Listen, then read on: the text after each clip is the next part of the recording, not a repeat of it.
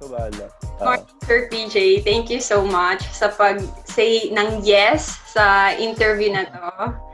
Yan, okay. So, throw ko na agad yung question. First question, what is mind, body, and spirit integration? Okay. Good morning then. And for me, no, in my own definition, and this not some of it is based on theory, yung iba, syempre on my own perspective. I think na when we say yung integration of these three, it's kumbaga it's viewing all of these things that are happening to us na in a way na they're connected rather than other different parts of the self. Parang ganun, no?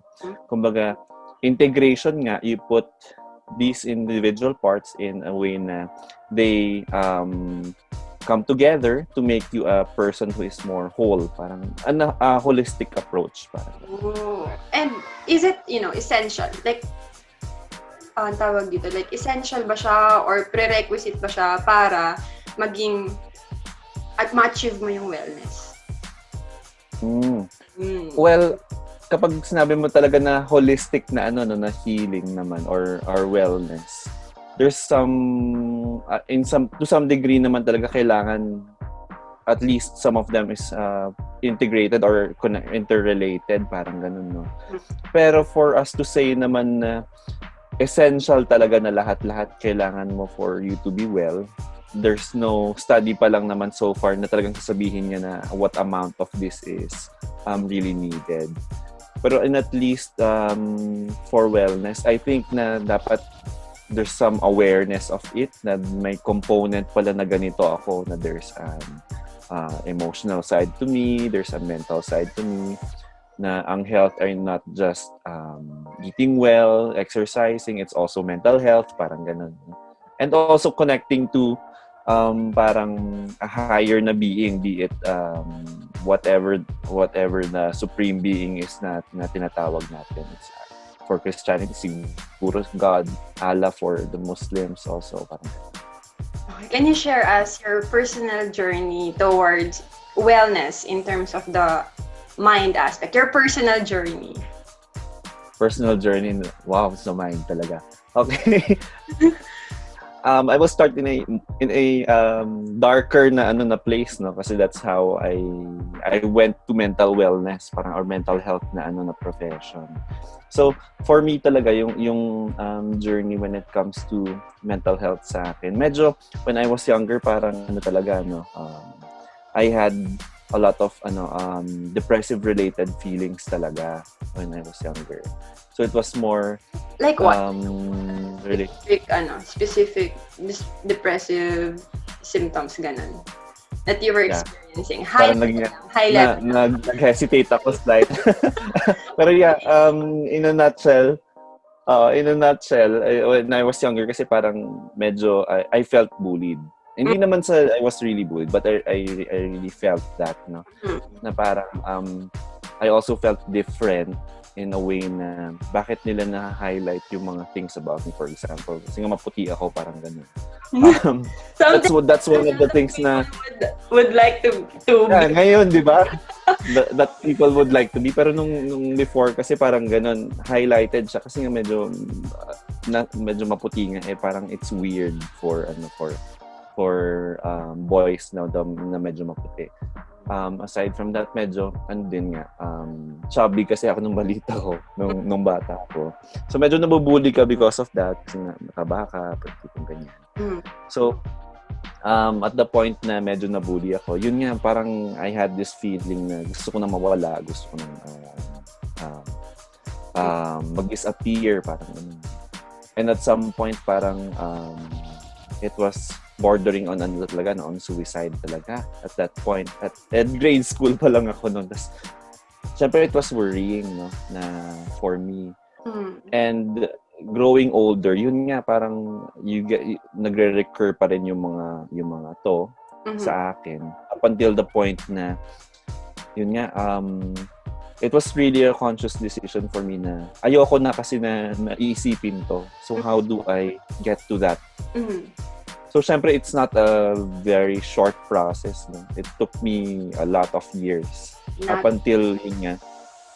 Oo, not a short process talaga, and relative naman siya. No? Minsan, it's shorter for some people. Sa akin, it was rather long. Up until this point nga na nag-decide ako na I will go into psychology, mental wellness, mental health. Na bang pag-aaralan kita. Yeah. Other systems aside from your conscious decision that help you decide na this is the path for me na. Like na to go there. Okay. Or teacher, actually, coach. Some teachers din talaga, I was really engrossed dun sa point na kasi previously nursing student ako. So talaga na-engross ako sa psychiatric nursing na parang andun kasi yung concept of understanding the self, the mind, the behaviors. So parang nung na-engross ako doon, I talked to some people din naman. I went to the guidance center ng school ko dati. And I really had counseling kasi at that point pabagsak na ako. Pabagsak na rin ako ng classes. I dropped all my classes, tipong ganun. Tapos nag-shift na rin ako ng course. Parang ganun yung the whole thing parang weird nga para sa kanila kasi I was already in third year college. Tapos biglang magkaroon ka ng ganun na realization. So parang yun nga. That was the point na sa akin I will discover ways to be mentally healthy, parang gano'n. Yeah. Parang tawag dito, like, parang kailangan ang tawag dito, parang metaphor lang siya, no? Pero parang kailangan bang yung glass, ang tawag dito yung colored na glasses na parang kailangan talaga sometimes ma-break siya para makapasok yung light. Parang metaphor. Yeah, parang gano'n, yeah. I think, gano'n din, parang in a way, some people go through that, yung tipong feeling mo it's okay, everything is okay, everything is in the world is positive, ganyan. Pero at some point you have to take off those yung rose-colored glasses na sabi mo, to say na parang there might be something wrong talaga sa happening, hindi lang tayo aware. Wow. And then paano mo nalaman na okay, like paano mo nalaman na okay, I'm okay, like I'm more secured on where I am right now? Yeah. Actually yun naman sa akin nga, it's cyclical din pa rin sa akin, no? So parang minsan makakuha mo pa rin yung feelings, yung behaviors, yung recurrent na experiences mo na parang nangyayari pala sa akin yun. No? You will never totally get over those things. Pero at least aware ka na nangyari yun and you have the means na to hindi naman control them, but to manage them, no? Na parang sa akin, I say to myself na these were things already na it happened to you in the past. So I don't have to let them control me now. Kumbaga nangyari na to before, I learned from it, and I'm doing better because of it. Parang I'm aware na pabalik-balik pa rin sila at some point. Pero at least I'm able to handle them. What if other people will try that, do positive self-talk? What if, there will be days na positive self-talk will really not do or will not be enough to help you cope during yung time na yun? Any other, parang things that you do aside from self-talk? Aside from self-talk. Well, definitely naman, hindi naman mag-work yun for everyone. Yung positive self-talk talaga. Hindi, to not work alone. No? Sa akin naman, and siguro this is the point na we can transition to yung body naman. Sa akin, medyo mas naging clear sa akin what I have to do kapag may thoughts ko na ganito. By exercising. Kasi yun yung outlet ko. Mas madaling outlet for me kasi nga it's something na physical na gusto ko din naman kasi nga I took up running, and then yung running usually sa akin yung siguro kailan nga ba yun? A few years back, parang 10 years ago siguro ako nag-start na yung long distance na running talaga kahit pa paano. parang yung feeling mo kasi nag-clear yung mind mo, na-refresh. And then lately, parang yun nga yung mga focus ng bagong studies, parang may connection nga ng ang cardiovascular na exercises or actually exercises in general, pero yun yung best daw na exercises in regenerating yung brain cells, sabi nila. Pero studies, parang yun pa lang yung preliminary studies so far. Pero basically yun daw ang effect ng exercise on the brain. And for me, I mean, sa akin kasi na-recognize ko siya most times. Kasi nafe-feel mo din naman. Na medyo mas energized ka, mas okay yung ideas mo, parang gano'n. When you feel sluggish, exercise, parang wow, parang energized agad, gano'n. Oo. Some, again, no, i-relay ko lang sa iba. This may not also work for others. So, yeah. So, what other body-related activities do you suggest? Like, especially pag, let's say, nasa down state ka. So, how? Like, wala ka talaga gusto gawin. Sluggish ka. So, yeah. Well, ang pinakamahirap naman talaga dyan is yung really starting yung value ng exercise. For me, kasi ako din nung una, hindi ko talaga siya gusto. Ayaw na hate ko talaga. Kasi ayaw mong tumayo, ayaw mong gumawa ng anything. But basically, moving around, that's already a start, I think. Not, siguro walking in the beginning, walking around, gently, tapos saka ka magka-transition to longer na exercises. Parang ganun, no? Little steps. Taking little steps at a time na parang if this is your goal, I want to start running. Sa akin nun, I wanted to start running. So, ang ginawa ko, I started walking to work every day. Parang ganun.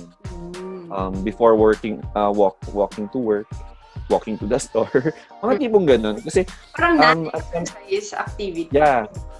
Oo, na parang hindi siya talaga exercise, hindi siya intended na exercise, pero it's something that you do little bits at a time na towards that one. No?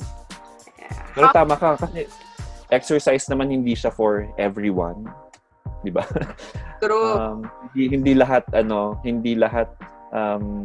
nag-work ang exercise. So kapag it's not so much related to the body, pero I think na related to mental health kapag hindi talaga siya nag-work most of the time. Sometimes we also engage in parang more cathartic na exercise, and we say cathartic, parang more release. And it could come in the form of number one, pwedeng through arts. Expressive na activities. Yeah. Like acting. Do you still yeah, do acting. Ngayon I act in the bathroom. Joke, I act ba sa room ko, parang ganun. Pero yeah, previously nag-work sa akin din yung ganun, no? Back in college, parang more extracurricular activities na ganun. Yung engaging in things naman na you like, that are ways na para ma-express mo yung sarili mo. I think that's one of the ways na, kumbaga, it will not help cure a mental illness kasi yun yung laging hinahanap sa atin. No?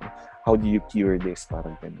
But it will help contribute to something na you're able to express yourself, you're able to do the things that you do. Medyo may andun yung interest mo. Ayun. Yeah, let's transition naman sa spirit. How about your spirit journey? Personal spirit. Ayan. So before coming for the interview, yun nga sabi ko, wait lang, spirit. Medyo talaga, no? Medyo difficult to talk about the spirit kasi usually they parang ginagawa natin siyang equivalent to religion, to how we praise a supreme being, yun nga yung sabi ko, diba? Pero in a way, for me, spirituality is more connection to, yun nga, to your environment, to the self in that environment, to energies in your environment. Yun, naniniwala naman ako ng todo na there are a lot of energies in your environment talaga. And that we connect in some way, parang hindi lang siya through religion, but we connect in some non-physical way na kumbaga naniniwala tayo as Filipinos lalo na yung pagkakaroon ng yung tinatawag nila na aura or aura, sabi nga nila, yung sense mo yung ibang tao na without talking to them, parang mabigat yung feeling niya. Ganun. Parang hyper-empathy. Parang hyper-empathy. Oo, parang ganun. Oo, na in some way, minsan totoo, minsan hindi. Pero yung may feeling tayo na ganun, may hunch tayo na parang there's something wrong. Parang may mali dito or may tama dito. Or, di ba yung phenomenon na parang nung nakilala ko yung isang person na to, parang hindi siya iba sa akin. Yung tipong ganun na ano. And I think that's something a bit spiritual. Mm-hmm. Kasi nga mas in tune tayo sa concepts like intuition natin, yung hindi naman natin nakikita pero nandun nga. Yun. Yeah. Okay. And lastly, last question, Sir PJ. What are the practical tips or doable tips that you can, share to us, our students, our teaching, non-teaching employees at Pangasinan State University for, body, mind, spirit integration? Body, mind, and spirit. Ito na. Putting things together. Ito na. Well, yun nga, yung nabanggit ko earlier, one of the things talaga. Well, for the body, syempre exercise. And yun nga, it's backed up by a few na studies ngayon na may evidence na exercising actually promotes a lot of mental wellness also. No?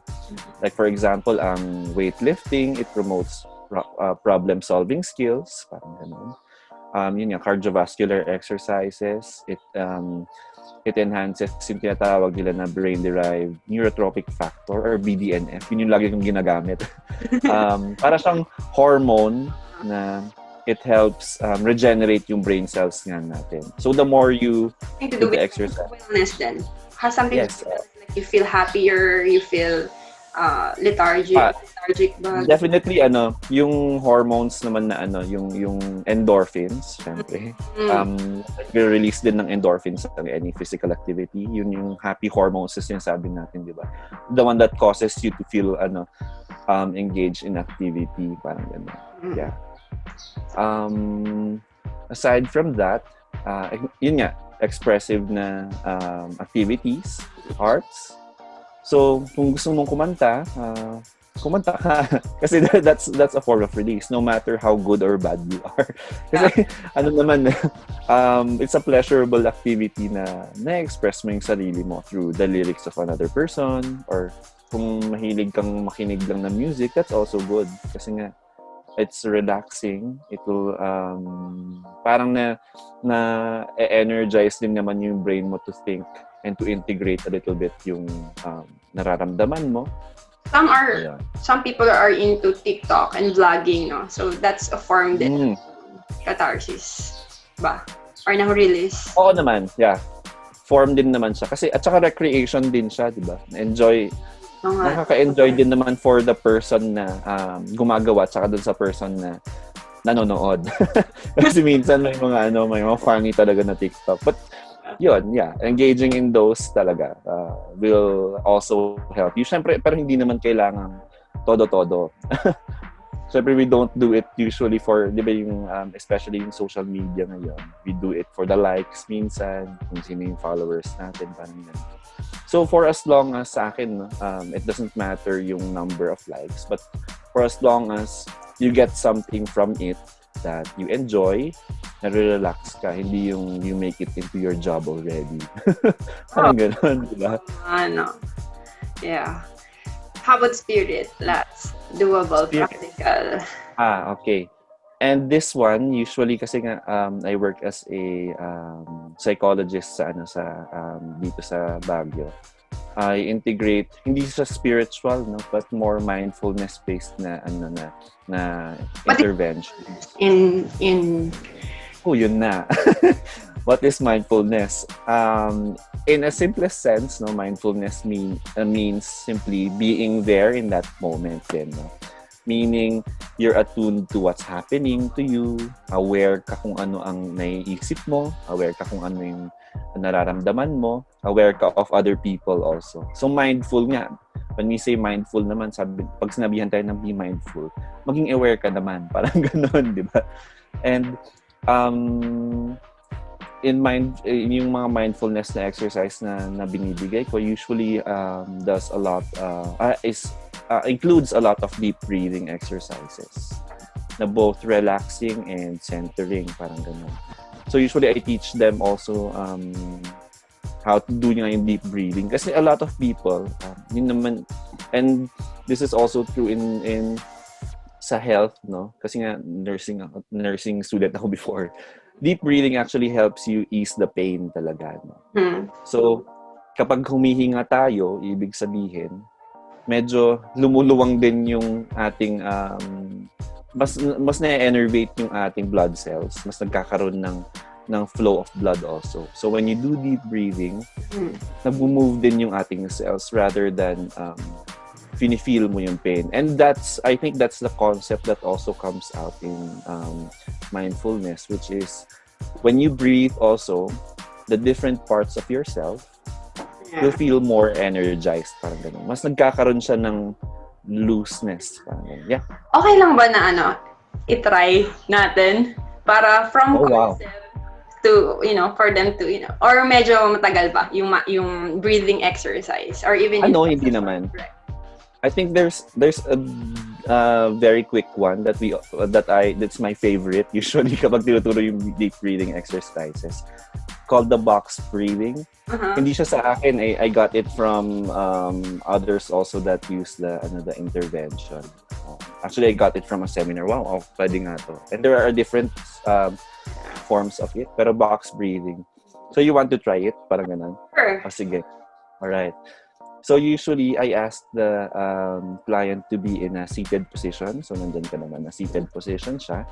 And in the most relaxed na environment.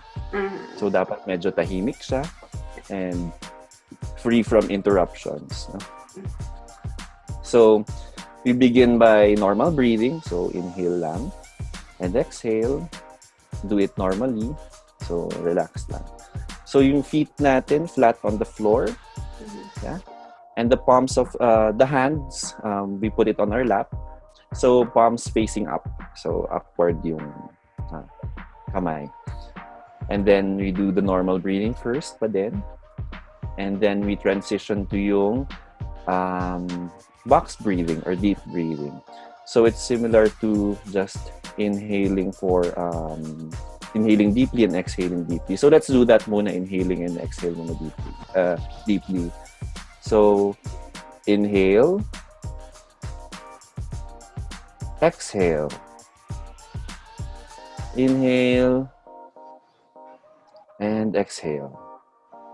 Okay, alright.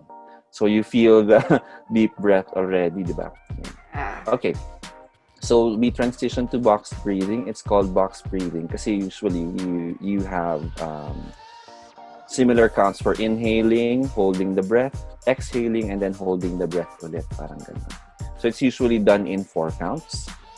So resuming the exercise, inhale for 4 counts. I'll count with you para hindi ka naman mawalan ng breath. Okay. So inhale for 4 counts. 1, 2, 3, 4. Hold your breath. 1, 2, 3, 4. Exhale. 1, 2, 3, 4. Hold your breath. 1, 2, 3, 4. And inhale. Ayan. So that's one cycle of the box breathing. Na-feel mo ba kahit pa paano? Actually, after nung medyo may dizziness, no? I'm not get that from your clients. Parang merong dizziness nung first. Gaano katagal nila gagawin yung you do that for 4 cycles. 4 times din. Para Oo. hindi mo rin makakalimutan. So, 4. 4, 4, 4. Okay. Pero don't do it too long kasi yun nga, totoo, dizziness talaga kapag masyadong matagal na. Hindi ko ma-hold yung breath ko, parang ganun. And it's uncomfortable for people din minsan kasi nga medyo silence yung dating, di ba? It's too silent. So, if you're not comfortable with yung thought na sobrang tahimik, okay lang naman basta for as long as you're comfortable with any sort of sound. Yeah. Wow. Thank you so much, PJ. Thank you so much for your time. Thank you so much for your knowledge, and definitely thank you so much, for sharing a part of your personal life to us. We're so much, how do I call this, privileged to have you. Yeah. Yeah. Okay. So And yeah, I shared my room. and sharing to us your room then, di ba? Your personal space. Wow. Thank you so much. Wow. Yeah, no problem. And thanks din. If there are any questions naman, you can always contact me naman sa ano. You have my contacts naman yung email. Can we plug it sa ano? Or no. Sige, sure. Oo. But, and for ano naman, just to magpa-plug na din ako dahil I work with a center at St. Louis University sa Baguio. Yun nga. If there are any concerns related to mental health talaga that we have a monthly, for now, no, for especially during yung pandemic, we have a free telehealth na service every month. What at the end of the month. Yan. Telehealth? Yeah. Or more telepsychology pala actually. No? It's counseling but through different means na like video call, telephone, ayun. So remote lahat. So you don't have to come to us personally. Pwedeng tawagan yung number. And I can give the number na lang siguro. Also available outside, Baguio City. Do you also yeah, oo. Nag-cater naman din kami sa clients outside Baguio City. Nililimit lang ngayon for frontliners talaga kasi yun nga, may need talaga sila. But we really take in a lot of calls din naman outside Baguio talaga. Usually nasa Region 1 and Region 2 parang ganun. Minsan NCR. Sige. Bye-bye. Alright. Bye-bye. Thanks so much. Thank you so much. Have a great day. Bye-bye. Ciao din. Bye-bye.